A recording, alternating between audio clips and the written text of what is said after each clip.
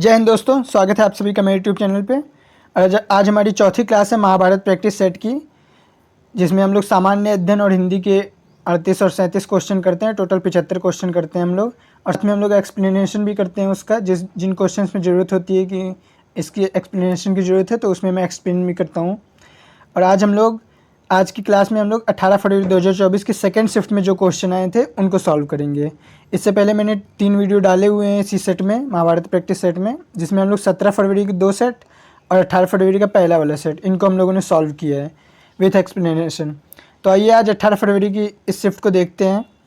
आप लोग ये वीडियो पूरा देखा करिए, इससे आप लोगों को, जैसे कि आप लोग मान लीजिए, जैसे आपने किसी भी शिफ्ट में पेपर दिया होगा, जब आप इन चारों सेटों को सॉल्व करेंगे एक साथ, तो इससे आपको एक आइडिया लगेगा कि किस टॉपिक से ज़्यादा क्वेश्चन आ रहे हैं। वैसे तो मैं क्वेश्चन जैसे जैसे कराता हूँ तो मैं बताता चलता हूँ कि हाँ, ये टॉपिक इस टॉपिक से पिछले सेट में भी क्वेश्चन आया हुआ था, लेकिन फिर आप खुद करेंगे इसको तो आप लोगों को ज़्यादा आइडिया लगेगा। और जीएस के जो टॉपिक होते हैं जिनसे हर सेट में क्वेश्चन आए हैं, तो आप लोगों को वो टॉपिक पता चल जाएंगे, जिससे उन्हें तैयार करने में आसानी होगी। तो आइए अब अपना सेट शुरू करते हैं। आइए दोस्तों, हमारा पहला क्वेश्चन है, मामूली चीज़ों का देवता, the God of small things, निम्नलिखित में से किस प्रसिद्ध लेखक द्वारा लिखा गया उपन्यास है। तो दोस्तों, ये हमारे उपन्यास का नाम है the God of small things. इसका ये हिंदी ट्रांसलेट किया गया है मामूली चीज़ों का देवता। तो ये किसका उपन्यास है, इसके लेखक का नाम पूछा है, तो इसमें हमारा फर्स्ट ऑप्शन सही हो जाएगा, अरुंधति रॉय। अगला क्वेश्चन है हमारा, भारत के संविधान के अनुच्छेद 64 और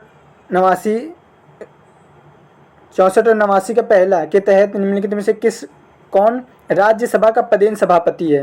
देखिए दोस्तों, ये तो हम लोगों को नहीं पता होगा कि अनुच्छेद 64 और 89 में क्या लिखा हुआ है, लेकिन हमें ये पता है कि राज्यसभा का पदेन सभापति कौन होता है। तो इससे आप एक आइडिया लगा के इसमें बी ऑप्शन सही कर देंगे, क्योंकि उपराष्ट्रपति जो होता है, वाइस प्रेसिडेंट, ये हमारा राज्यसभा का पदेन सभापति होता है। जैसे लोकसभा का जो सभापति होता है, अध्यक्ष, उसको स्पीकर कहते हैं, और राज्यसभा का सभापति जो होता है वो उपराष्ट्रपति होता है। यहाँ पदेन इसलिए लिखा गया है क्योंकि ये जो इस पद पे बैठा रहेगा वही आदमी इसका उप सभापति होगा, तो इसलिए पदेन सभापति। आइए अगला क्वेश्चन देखते हैं। तीसरा क्वेश्चन हमारा, निम्नलिखित में से कौन सा दिन भारत में राष्ट्रीय युवा दिवस के रूप में मनाया जाता है। देखिए दोस्तों, 12 जनवरी को हमारे जो विवेकानंद है उनका जन्म हुआ था, स्वामी विवेकानंद जी का। तो इसी के उपलक्ष्य में 12 जनवरी को नेशनल यूथ डे, राष्ट्रीय युवा दिवस मनाया जाता है। और देखिए दोस्तों, पिछले कोर्स सेट में भी हमारे ये दिवस से एक क्वेश्चन जरूर पूछा जाता है, तो हम लोगों को दिवस वाला टॉपिक जरूर तैयार करना है, क्योंकि दिवस से एक क्वेश्चन जरूर आता है। हर टॉपिक में, हर सेट में आया है, इसमें भी आया है। आइए अगला देखते हैं, निम्नलिखित में से कौन सा अम्ल सिरके में मौजूद होता है। तो देखिए, सिरके में यहाँ पे एसिटिक एसिड, हमारा फर्स्ट ऑप्शन सही हो जाएगा। एसिटिक एसिड जो होता है वो सिरके में मौजूद होता है, जबकि जो बाकी ऑप्शन है, साइट्रिक एसिड, ये नींबू में मौजूद होता है। लैक्टिक एसिड तो आप सबको पता है दही में मौजूद होता है, और ऑक्सैलिक एसिड जो होता है वो हमारा टमाटर और पालक जैसी सब्जियों में मौजूद होता है। तो मैंने सबको एक्सप्लेन कर दिया है कि कौन सा अम्ल किस में मौजूद होता है। तो इसका हमारा फर्स्ट ऑप्शन सही हो जाएगा, एसिटिक एसिड जो है वो सिरके में मौजूद होता है। आइए अगला क्वेश्चन देखते हैं, हम्पी नृत्य उत्सव निम्नलिखित में से किस राज्य का उत्सव है। देखिए दोस्तों, हम्पी नाम सुनते ही आपको समझ में आ गया होगा, ये कर्नाटक का उत्सव है, क्योंकि हम्पी नाम की एक जगह भी, एक टेम्पल है जो कर्नाटक में ही स्थित है। और हमारा एक नोट होता है, आप लोगों को कमेंट करके बताना कि कौन सा नोट होता है जिसमें हम्पी का रथ का चित्र बना होता है। आइए अगला क्वेश्चन है, निम्नलिखित में से किस मंत्रालय के पास जनसंचार के विभिन्न माध्यमों और प्रिंट मीडिया के विनिमयन के माध्यम से सरकारी नीतियों, योजनाओं और कार्यक्रमों के बारे में जानकारी प्रसारित करने की जिम्मेदारी है। देखिए दोस्तों, ये क्वेश्चन जो है ये आपको क्वेश्चन में ही आंसर छिपा हुआ है। तो यहाँ पे मंत्रालय पूछा गया है कि किस मंत्रालय की जिम्मेदारी होती है कि नीतियों, सरकारी नीतियों, योजनाओं और कार्यक्रमों को जन की जानकारी प्रसारित करे। तो प्रसारित करना है जानकारी, तो ये देखिए तीसरा ऑप्शन हमारा सूचना और प्रसारण मंत्रालय। तो यही ऑप्शन हमारा सही हो जाएगा। जो हमारी जो योजनाएं होती हैं, सरकारी और नीतियाँ होती हैं, उनको आम लोगों तक प्रसारित किया जाता है, इसी मंत्रालय का कार्य होता है ये। तो ये हमारा क्वेश्चन से ये आंसर सही हो गया है आइडिया लगा के। अगला क्वेश्चन देखते हैं हम लोग। अगला क्वेश्चन है, राष्ट्रीय विषाणु विज्ञान संस्थान निम्नलिखित में से किस स्थान पे है।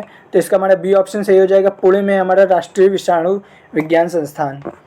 आइए अगला क्वेश्चन देखते हैं, भारत में बाल संरक्षण एवं कल्याण के लिए आपातकालीन टोल फ्री हेल्पलाइन नंबर क्या है? देखिए दोस्तों, पिछले सेट में भी क्वेश्चन आए हैं ये टोल फ्री नंबर से, और इसमें भी आया है, तो इसका हमारा बी ऑप्शन सही हो जाएगा 1098।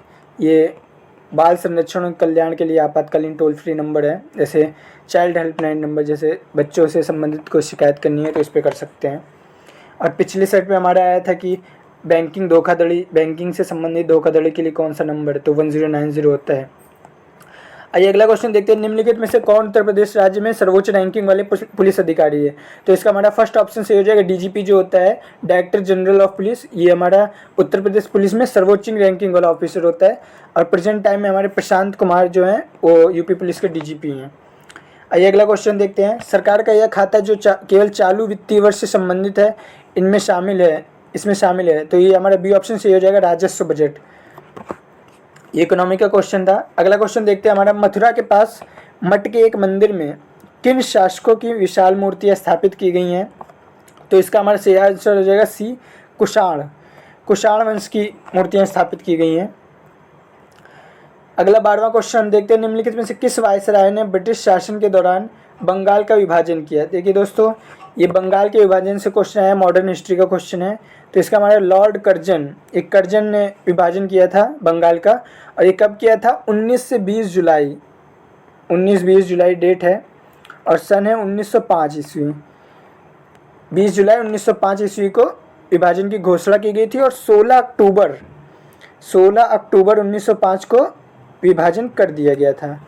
तो ये डेट आपको याद रखनी है कि 20 जुलाई 1905 को घोषणा की गई थी, 16 अक्टूबर 1905 को विभाजन किया गया था। और किसके द्वारा किया गया था? लॉर्ड कर्जन के द्वारा किया गया था। इस बंगाल को 2 भागों में बांट दिया गया था, एक मुस्लिम बहुल प्रांत था और एक हिंदू बहुल प्रांत। आइए आगे देखते हैं अगला क्वेश्चन, व्यावसायिक उपयोग के लिए सब्जियां, फूल और फल उगाने निम्नलिखित में से किस नाम से जाना जाता है? तो दोस्तों देखिए, इसमें जो सब्जियां, फूल और फल उगाने वाली खेती होती है उसको हॉर्टिकल्चर के नाम से जाना जाता है।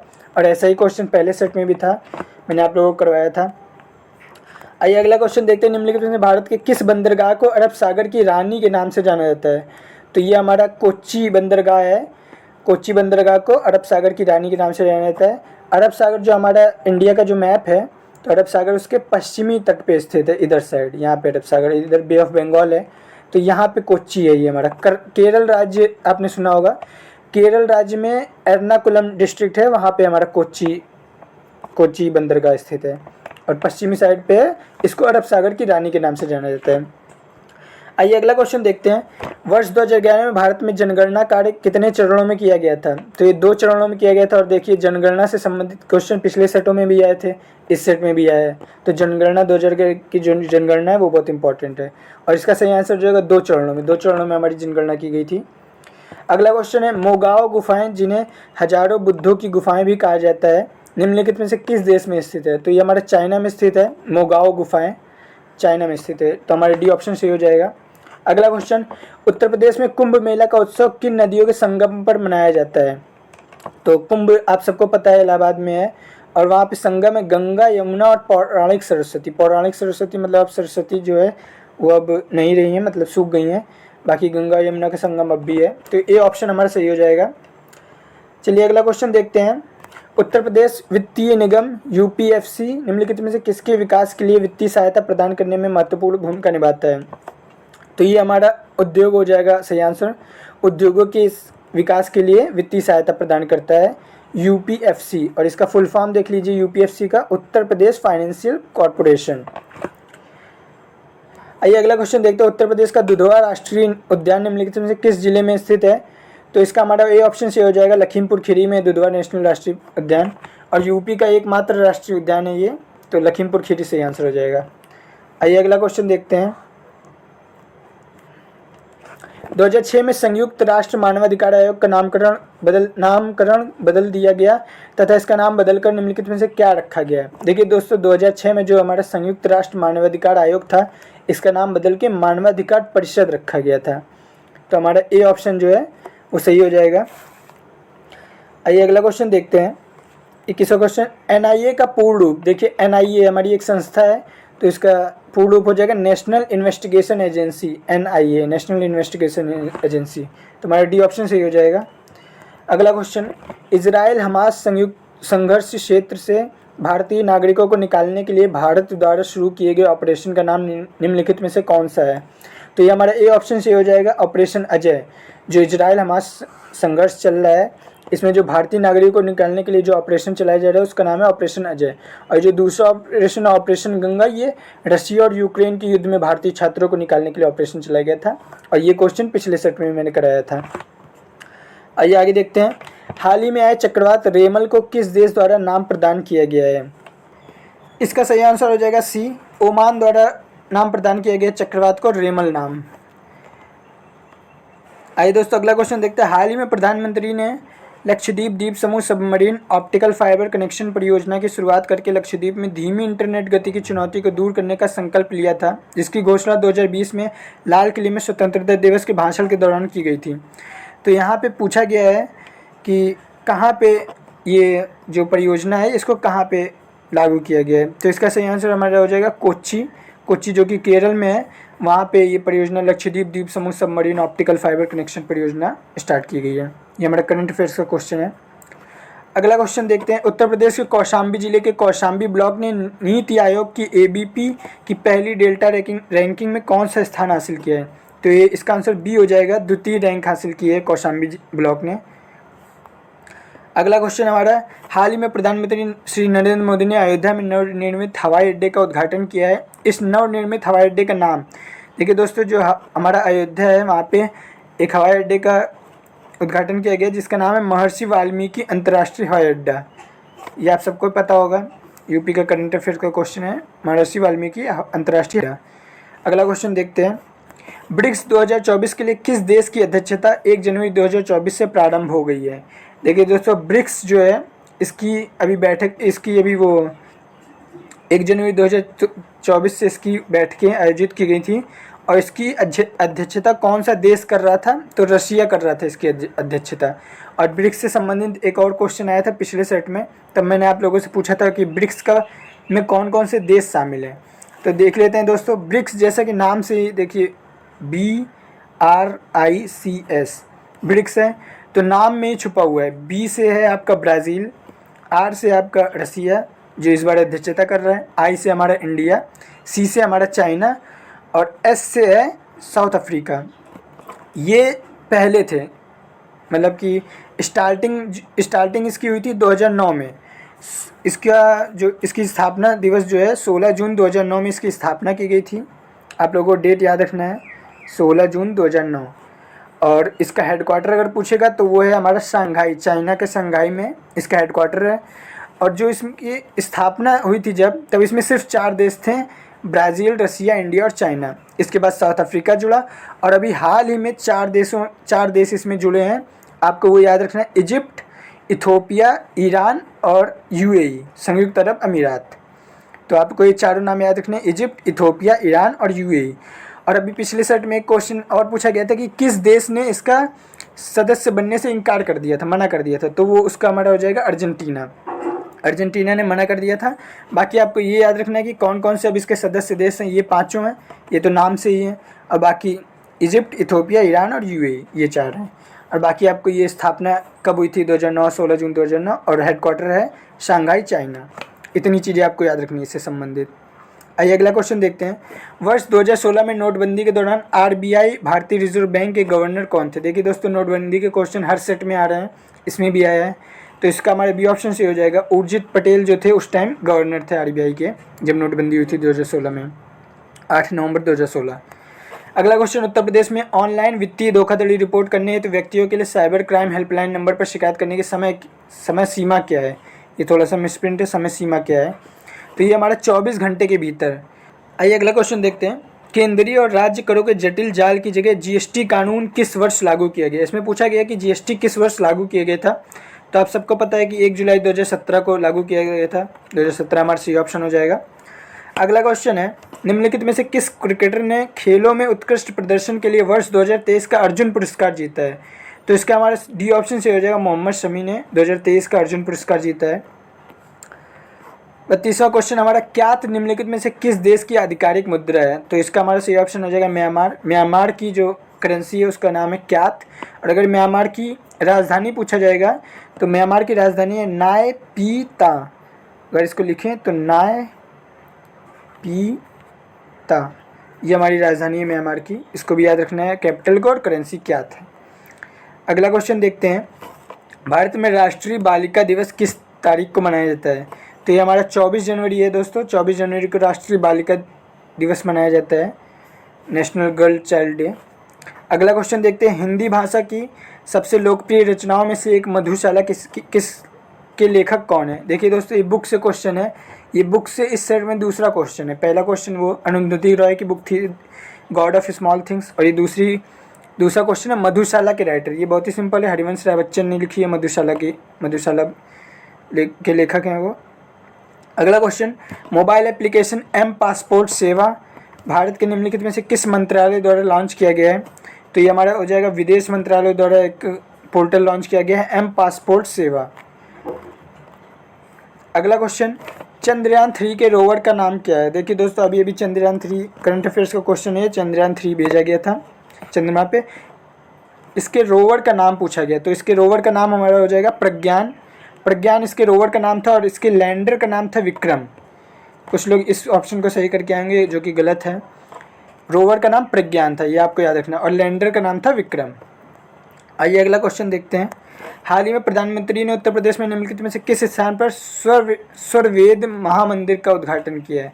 स्वरवेद महामंदिर का उद्घाटन वाराणसी में किया गया है प्रधानमंत्री नरेंद्र मोदी द्वारा। आइए अगला क्वेश्चन, निम्नलिखित में से कौन सा भारत का सर्वोच्च सैन्य पुरस्कार है? तो इसका हमारा डी ऑप्शन से हो जाएगा, परमवीर चक्र जो है ये हमारा भारतीय सेना का सर्वोच्च सैन्य पुरस्कार है।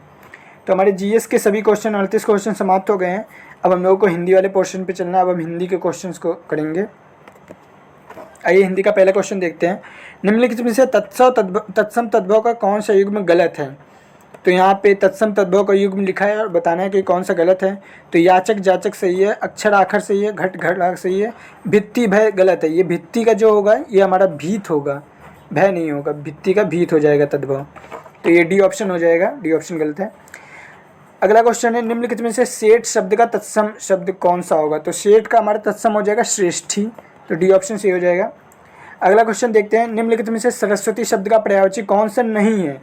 तो देखिए दोस्तों, वागीश्वर सरस्वती का पर्यायवाची होता है, शारदा भी होता है, भारती भी होता है, कामिनी जो होता है ये स्त्री का पर्यायवाची है, ये आपको याद रखना है।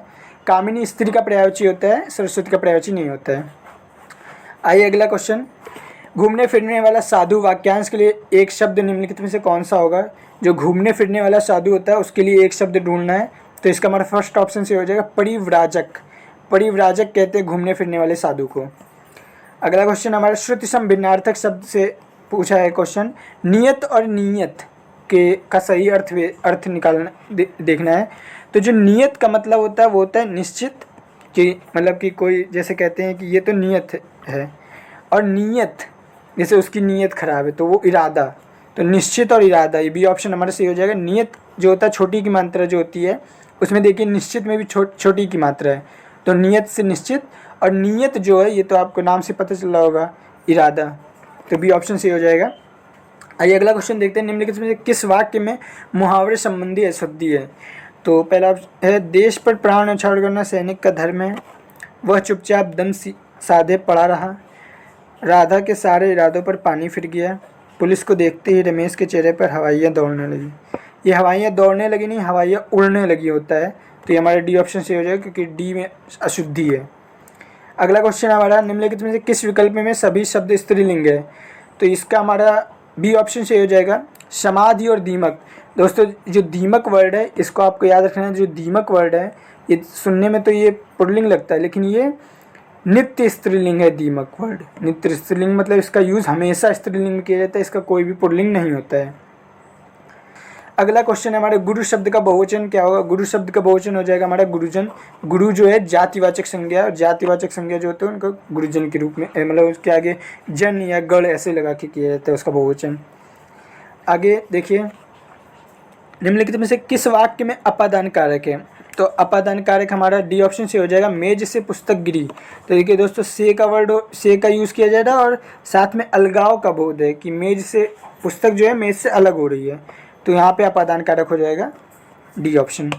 अगला क्वेश्चन हमारा स्वर्णिम शब्द में कौन सा प्रत्यय है? प्रत्यय देखिए दोस्तों पीछे लगता है, तो स्वर्ण प्लस इम, स्वर्णिम होता है स्वर्ण प्लस इम, तो इम जो है हमारा वो प्रत्यय हो जाएगा, तो डी ऑप्शन सही हो जाएगा। अगला क्वेश्चन संग्राम शब्द में मूल शब्द और उपसर्ग, तो उपसर्ग और मूल शब्द, उपसर्ग आगे लगा होगा और मूल शब्द जो होगा पीछे होगा, तो संग्राम, तो सम प्लस ग्राम, संग्राम।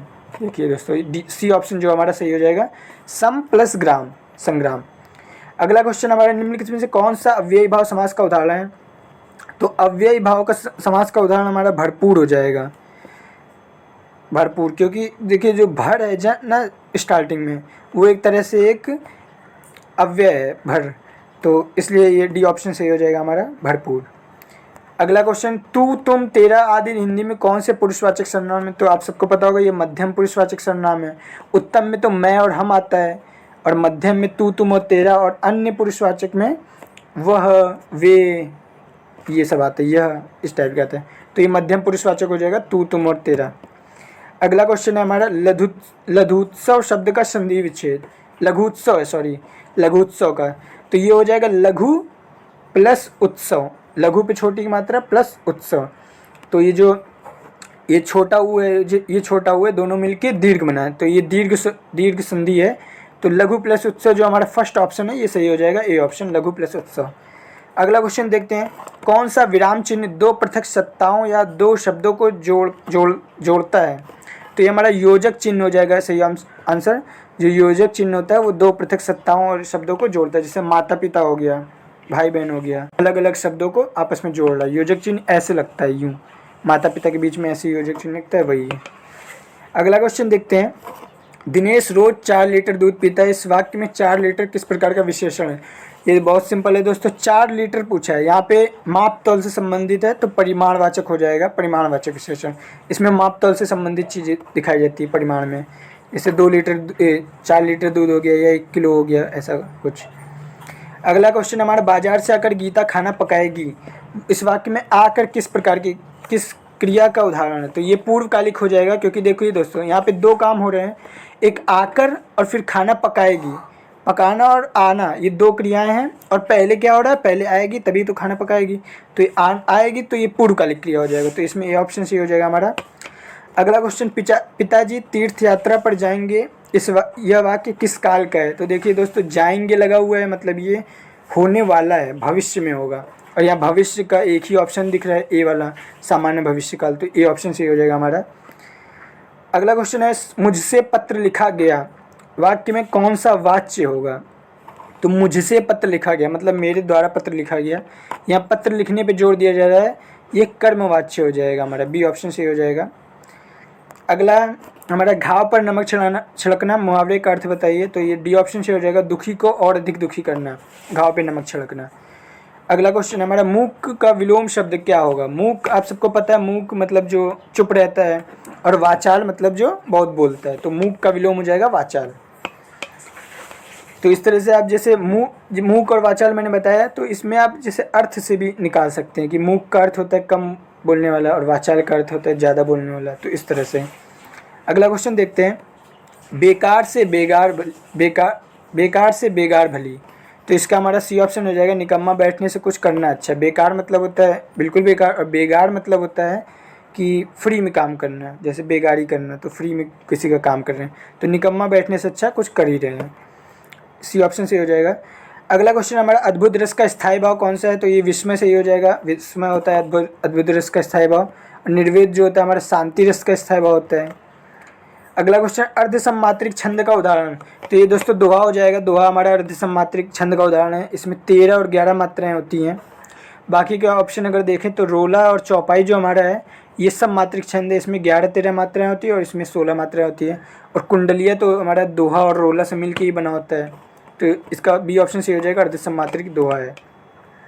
अगला क्वेश्चन, राम कृपा भव निशा सिरानी, इसमें कौन सा अलंकार है ये पूछा गया है, तो इसमें रूपक अलंकार हो जाएगा हमारा, सी ऑप्शन सही हो जाएगा। अगला क्वेश्चन हमारा, अंक का अनेकार्थक शब्द निम्नलिखित में से किस विकल्प में है? तो देखिए 64वें का दोस्तों बी सही हो जाएगा, संख्या।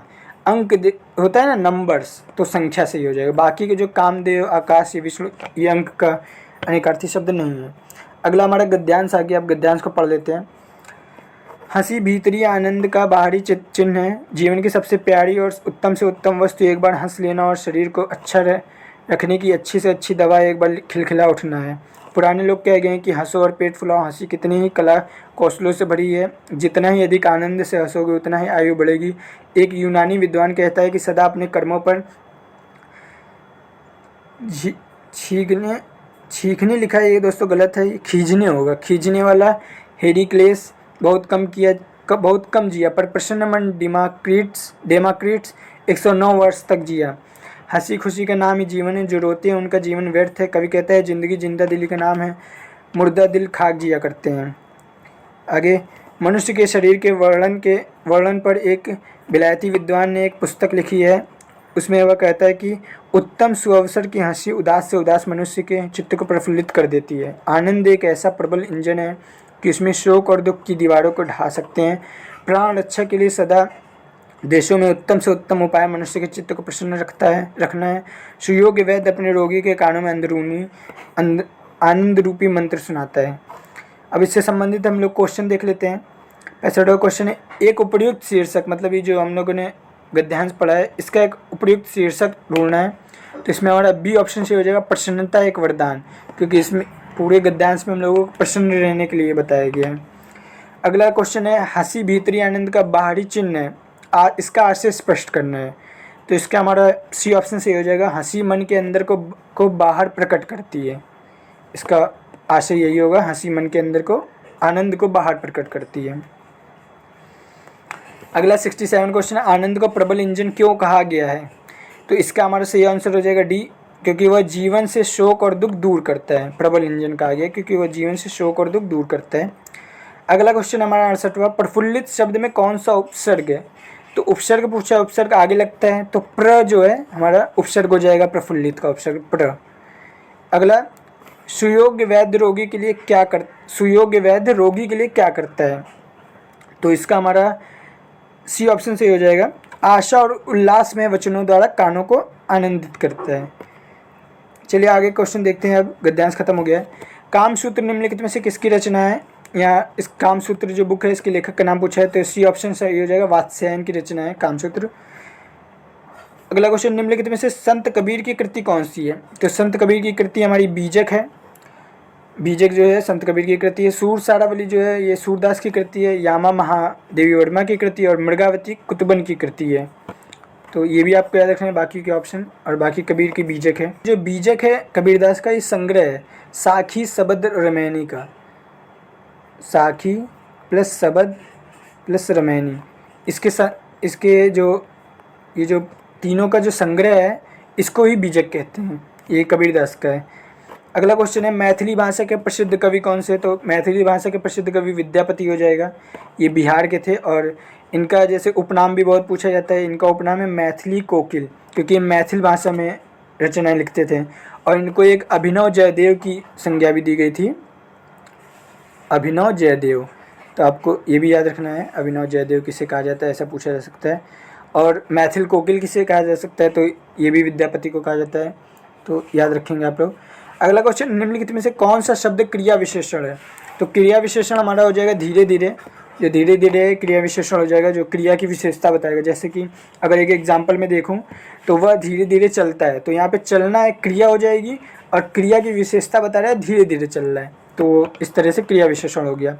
अगला क्वेश्चन देखते हैं, निम्नलिखित में से कृष्ण शब्द का पर्यायवाची कौन सा है? तो इसका मुरारी हो जाएगा, मुरारी जो है कृष्ण शब्द का पर्यायवाची है। अगला क्वेश्चन, श्रुति सम भिन्नार्थक शब्द पानी और पानी का अर्थ है। देखिए दोस्तों, पानी और पानी ये श्रुति सम भिन्नार्थक है। तो पानी का तो आप सबको पता है जल, तो बी ऑप्शन ही दिख रहा है। और पानी का अर्थ होता है हाथ, तो बी ऑप्शन से हो जाएगा जल और हाथ। अगर आपको सिर्फ पानी का भी मतलब पता है तो भी आप ऑप्शन से सही कर सकते हैं। अगला क्वेश्चन हमारा लास्ट है, जो सदा दूसरों पर संदेह करता है, इसके लिए एक शब्द ढूंढना है। तो शंकालु, जो शंका करता है, संदेह करता है, उसके लिए शंकालु। तो इस तरह से हमने टोटल 76 क्वेश्चन आज किए हैं। 38 क्वेश्चन हिंदी के, 38 क्वेश्चन जीएस के, और हमारे चारों सेट कंप्लीट हो गए। 17 फरवरी के दोनों सेट और 18 फरवरी के दोनों सेट। इस सेट से करने से दोस्तों ये फ़ायदा होता है हमारा कि इससे हमें ये पता लग जाता है कि किस शिफ्ट में किस टाइप के क्वेश्चन जीएस के पूछे गए थे, किस किस टॉपिक से। तो आप वो टॉपिक तैयार कर लीजिए, जिससे आपका आगे जो भी आएगा, क्योंकि सिलेबस तो चेंज होने वाला नहीं है, उसी टॉपिक से फिर से क्वेश्चन बनेंगे। तो और हो सकता है कि 2-4 क्वेश्चन इसी में से फंस जाए। अब हमारा प्रीवियस सेट ख़त्म हो चुका है और अब हम लोग प्रैक्टिस सेट स्टार्ट करेंगे यूपीपी के लिए प्रैक्टिस सेट, जिसमें कुछ अलग क्वेश्चन होंगे और साथ में उसका एक्सप्लेनेशन भी करूँगा, हर क्वेश्चन का एक्सप्लेनेशन होगा उसमें। तो वीडियो चैनल के साथ बने रहिए। जय हिंद दोस्तों।